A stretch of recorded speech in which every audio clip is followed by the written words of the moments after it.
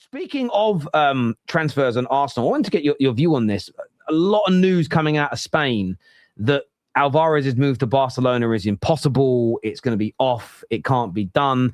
There are other reports. This is the balance for the sausages that are saying that he's going to really push to get out, but he will end up damaging his relationship. Players in his own squad are frustrated with him, which does suggest there's not going to be that much of a way back in for him, even if he doesn't get the Barca move.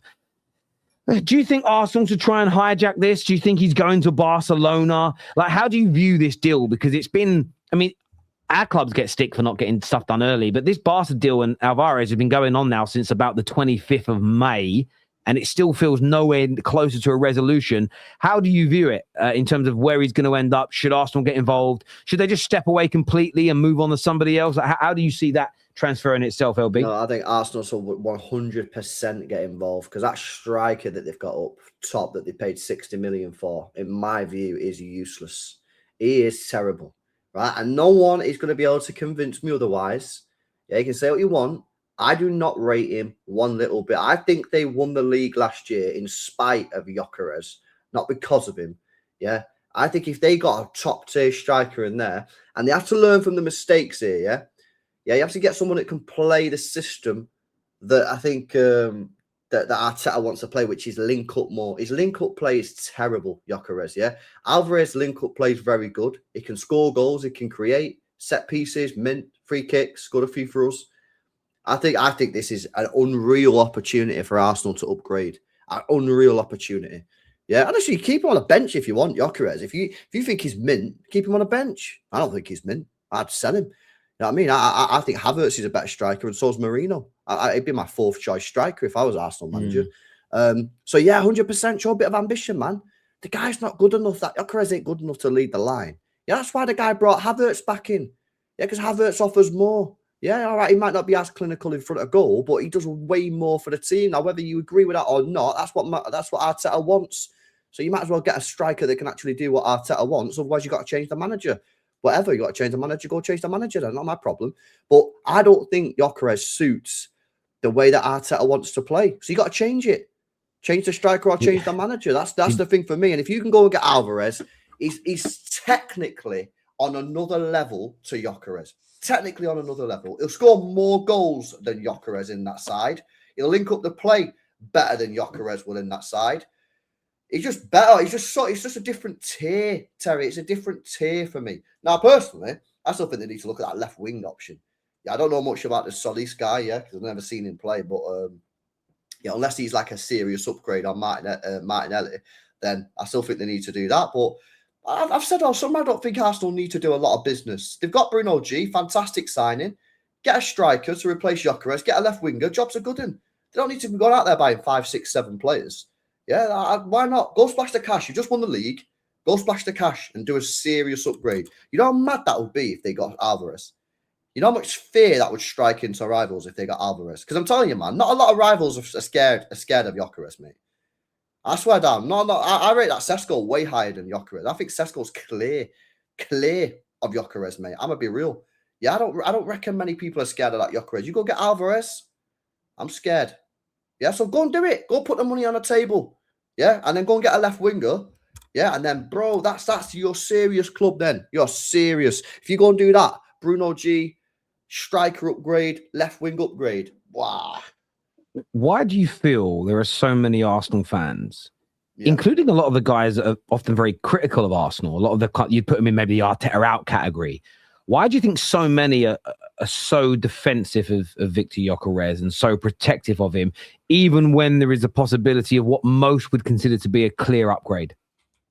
Because I think they know he can score goals, which I agree with. It's been proven. And they feel that if he was played in the right system, I've never actually had this conversation, so I'm just saying what I think it might be. If you played Gyokeres in the right system, the guy would bag a lot of goals. I'm not denying that. It's actually undeniable because we've seen the proof at his last club, and I think he actually scored quite a few goals at Coventry, if memory serves me right. So it's undeniable that the guy knows where the back of the net is. My point is, I don't think Arteta plays a system that gets the best out of Gyokeres. Now, that's fine. because Arteta won the Premier League. But something's got to give. You either change, because for me, I think they kind of play. I wouldn't say they play with 10 men, right? That's a little bit disingenuous, right? But I kind of feel they play with like 10.5 men on the pitch when Gyokeres is playing, because I don't think they play the system that gets the best out of him. I've said many times, as a rival, yeah, the worst player I'd see for Arsenal from a scared point of view is Mikel Merino up front. I'd rather play against Gyokeres than Mikel Merino as a rival. Swear down. No lies, no cap. Yeah, swear to God. I'd rather play against Gyokeres than Merino. Now, that's not necessarily Gyokeres slander, because for me, Merino suits the team more.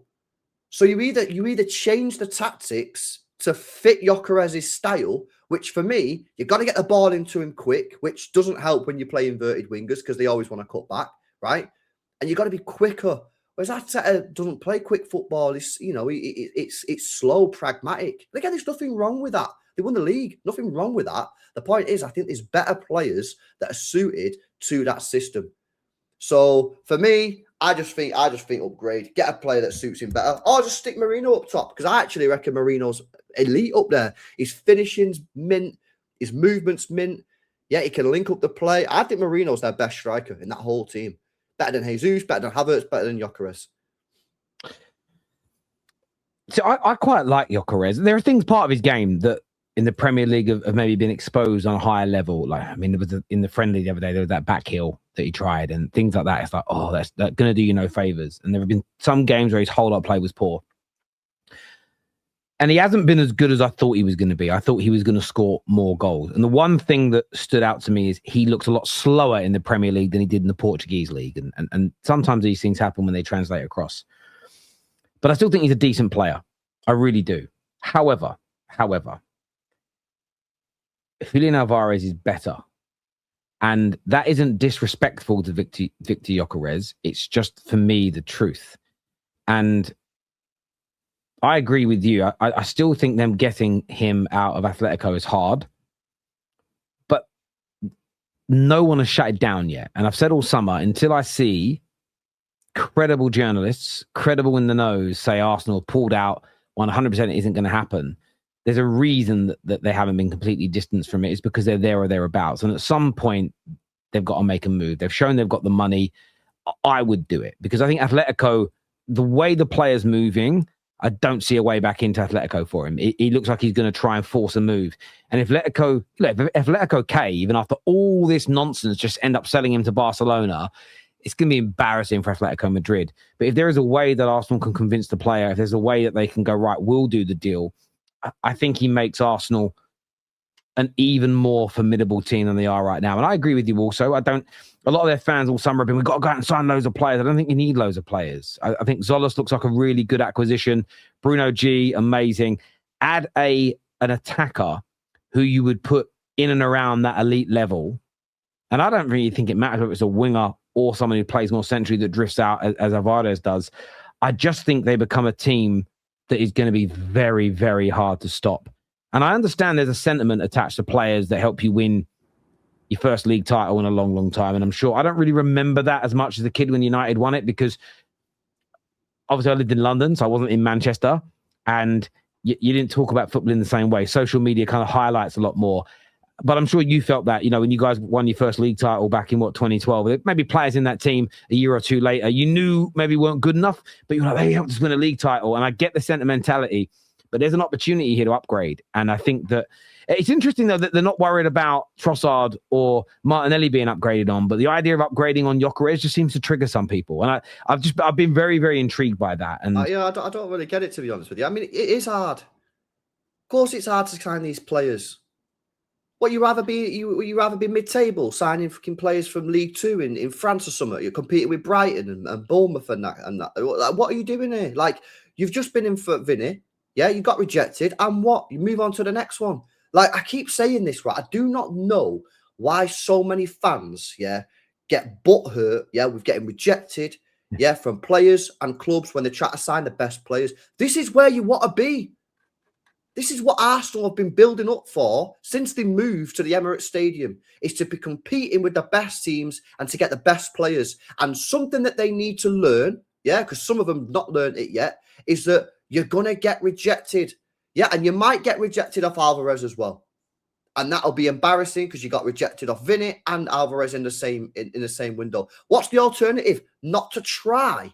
I don't want to get mocked on social media by rival fans, so let's not try. What?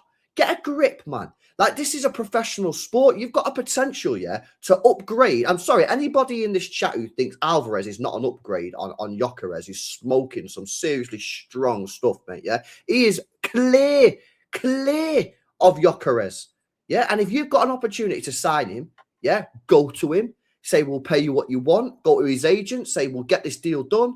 And go and put a bid in to Atletico Madrid and see what happens then. Because I'm telling you now, yeah, I don't think Barcelona can afford Rodri and Alvarez. I was reading a story this morning from Marca who was saying that Barcelona still might not even reach the fee. Like, they're still miles off. Like, they've got problems. I know they've sold Ferran, but they've still got some slight issues with registration. Go and put a bid in. And if you get rejected, you get rejected. And by the way, yeah, it's a win-win. Because if you're telling me that Gyokeres is this mint striker, yeah, maybe you'll say, oh, yeah, Alvarez is better, but Gyokeres is mint. If you don't get Alvarez, what have you got to lose? You've still got Gyokeres, who you're telling me is mint anyway. So no problem. Yeah, but you've got to go in for these players, man. No, I agree. I've had this conversation a lot this summer with people. So this is where I think people sometimes lack depth to their thought processes sometimes. Well, Terry, you're saying that you don't want Man United overspending or doing something for a marginal gain. And you're saying Arsenal should. And I'm like, yes, because Arsenal and Man United are not in the same position. Arsenal have one of the best squads in the world. I don't care who gets offended by hearing that. They do. You win the Premier League after competing for it every year for 3 or 4 years, get to Champions League semi-finals and finals, barely lose games, one of the best defensive records in the world. You have one of the best squads. You have one of the best teams. This is just a cast iron, undebatable, objective fact.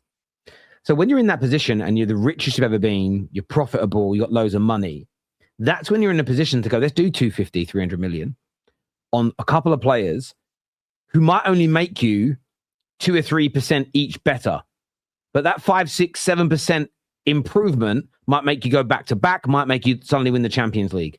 When you're in Man United's position and you've got holes in defense, holes in fullback, holes in the attack, loads of holes in the middle, you have to actually look for value because you've got to plug and fix loads of areas. You can't just go, right, oh, this player is overpriced and we've already got a decent midfielder. He's only going to make us a little bit better. You can't do that. You've got to go, right, we've got to make that money actually fix these 3 big holes because we're going to sink if we don't. And you operate in a different way. And I think this is a time for Arsenal fans to embrace.